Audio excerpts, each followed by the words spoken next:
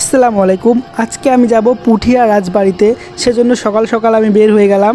পুঠিয়া রাজবাড়িতে গিয়ে আমি কি দেখলাম সব কিছু আপনাদেরকে দেখাবো। সম্পূর্ণ ভিডিওটি দেখতে থাকুন।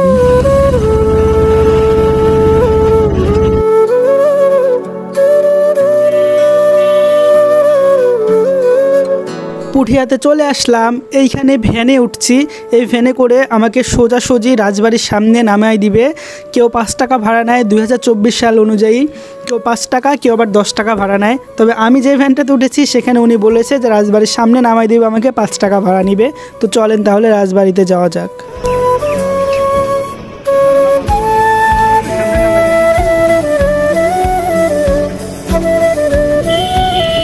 আমি অলরেডি চলে এসেছি রাজবাড়ির সামনে। ওই যে দূরে দেখতে পাচ্ছেন ওইটা রাজবাড়ি। তো ওইটার ভিতর আমি ঢুকবো, চলেন।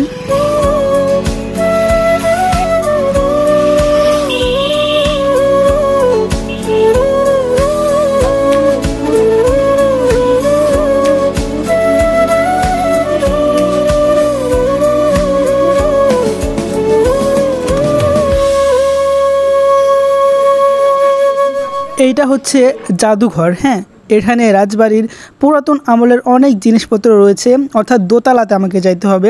ফার্স্টে আমি এইটা দেখাবো, তারপর আস্তে আস্তে সামনের দিকে যাব।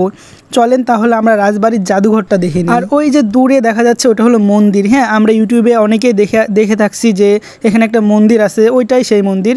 আর এইটা হলো জাদুঘর। এই যে আমি উপরে উঠতেছি। জাদুঘরে কিন্তু ভিডিও করা নিষেধ। আমি কিন্তু ভিতরের মূল্যবান যেগুলো রয়েছে সেগুলো একটাও ভিডিও করিনি, কারণ এখানে লেখা আছে যে ভিডিও করা নিষেধ। বাট এমনিতেই ওপর থেকে ওই যে মন্দিরটা আমি দেখাইছি, এবং ওপর থেকে যেটা দেখতে কত সুন্দর লাগে। এত শত বছর আগের জিনিসপাতি, কিন্তু এখনও যে এত সুন্দর রয়েছে আর এত আগে এত সুন্দর করে ডিজাইন করা হয়েছে এগুলো, সেই ডিজাইনগুলো আপনি এখান থেকে দেখতে পারবেন।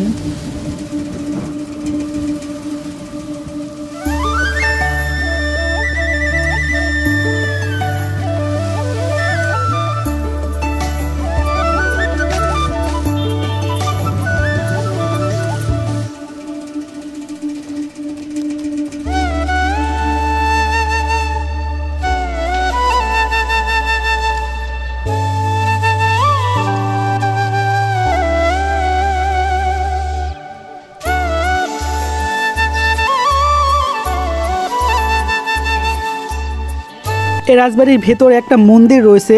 এই যে আমি সামনের দিক যাচ্ছি, সামনের দিকে যাওয়ার পরে হাতের ডানে ওই যে সামনে একটা লেখা আছে যে বড় গোবিন্দ মন্দির। হ্যাঁ, ওখানে লেখা আছে, এই যে দেখতে পাচ্ছেন আপনারা। তো এ পাশে আমি এখন ঢুকবো। এই যে এটা হলো গেট। তো প্রাচীনকালে কিন্তু এখানে যখন রাজারা থাকতো তখন এখানে তাদের উপাসনালয় যেটা সেটা এই যে মন্দিরটা খুবই সুন্দর। চলেন তাহলে এটা পুরোটা ঘুরে দেখি।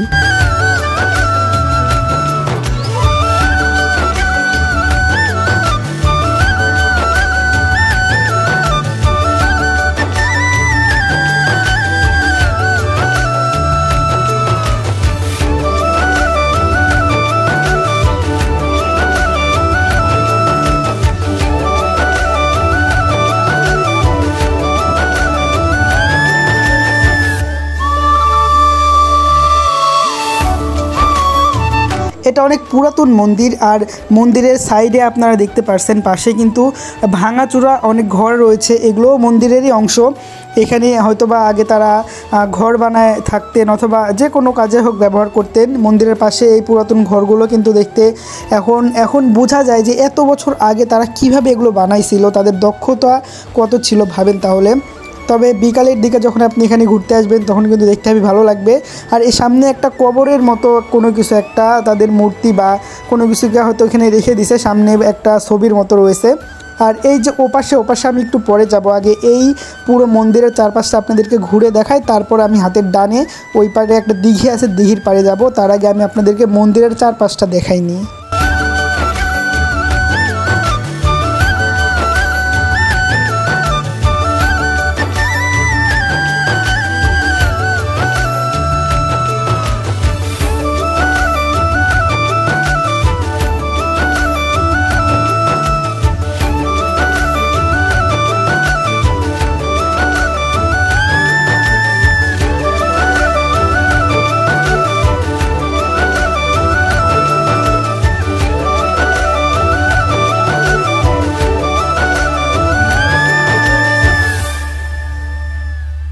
মন্দির ঘোরা শেষ। এখন এই যে লেখা আছে রানী মহল রানীর ঘাট, সামনে আমরা রানীর ঘাট দেখতে পারবো এবং সেখানে আরও অনেক কিছুই রয়েছে। চলেন সামনে আগাই।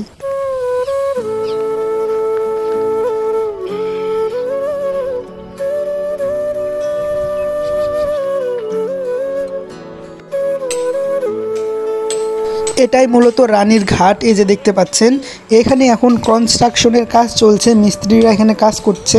এখানে পানি হয়, অনেক বেশি পানি হয় বর্ষাকালে। এখন তো অনেক গরমের সময়, এখন পানিটা অনেক নিচে নেমে গেছে। আর রানীর ঘাটের সাথে কিন্তু এখানে ছোট পার্কের মতো রয়েছে। বর্তমানে এটা পার্ক, মানুষ এখানে বসে থাকে, ঘুরে বেড়ায়। বাট আগে কিন্তু এটা পার্ক ছিল না, আগে হয়তো বা রানীর গোসলখানা বা কোনো একটা কিছু ছিল। এই যে এপার থেকে কিন্তু আমরা মন্দিরটাও দেখতে পাচ্ছি, আমি কিন্তু এর আগে আপনাদেরকে দেখাইছিলাম।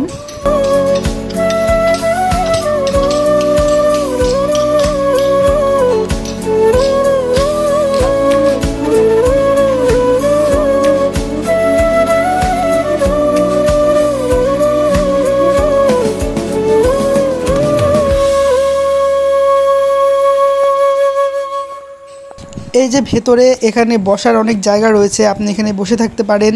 তো তারপর আর ওইখানে দেখার কিছুই নেই। মূলত এই রাজবাড়িটার ঘোরার মতো জায়গা এইটুকুই। হ্যাঁ, সামনে একটা বড় মাঠ আছে, আপনারা এই যে দেখতে পাচ্ছেন এই মাঠটুকু। আর আমি যেগুলো দেখাইছি সেগুলো ছাড়া এখানে আর দেখার তেমন কিছু নাই। সামনে একটা বড় মন্দিরের মতো রয়েছে, ওইখানে ওই যে মন্দিরের মতো দেখতে পাচ্ছেন, ওইখানে ঢুকলে আপনারা জাস্ট কয়েকটা রুম দেখতে পারবেন, তাছাড়া তেমন কিছু নেই এখানে। ঠিক আছে, তো তারপরে আমি আবার সেই ভ্যানে উঠলাম। আমার কাছ থেকে এবার ভাড়া নিল 10 টাকা। সেই ভ্যানে উঠে আমি আবার চলে যাচ্ছি আমার বাড়ির উদ্দেশ্যে, রওনা দিলাম। কেমন লাগলো অবশ্যই আপনারা জানাবেন। আর আপনারা নিজেরা এখানে ভ্রমণ করবেন, আপনারা নিজেরা এখানে ভ্রমণ করলে অবশ্যই আপনাদের অনেক ভালো লাগবে।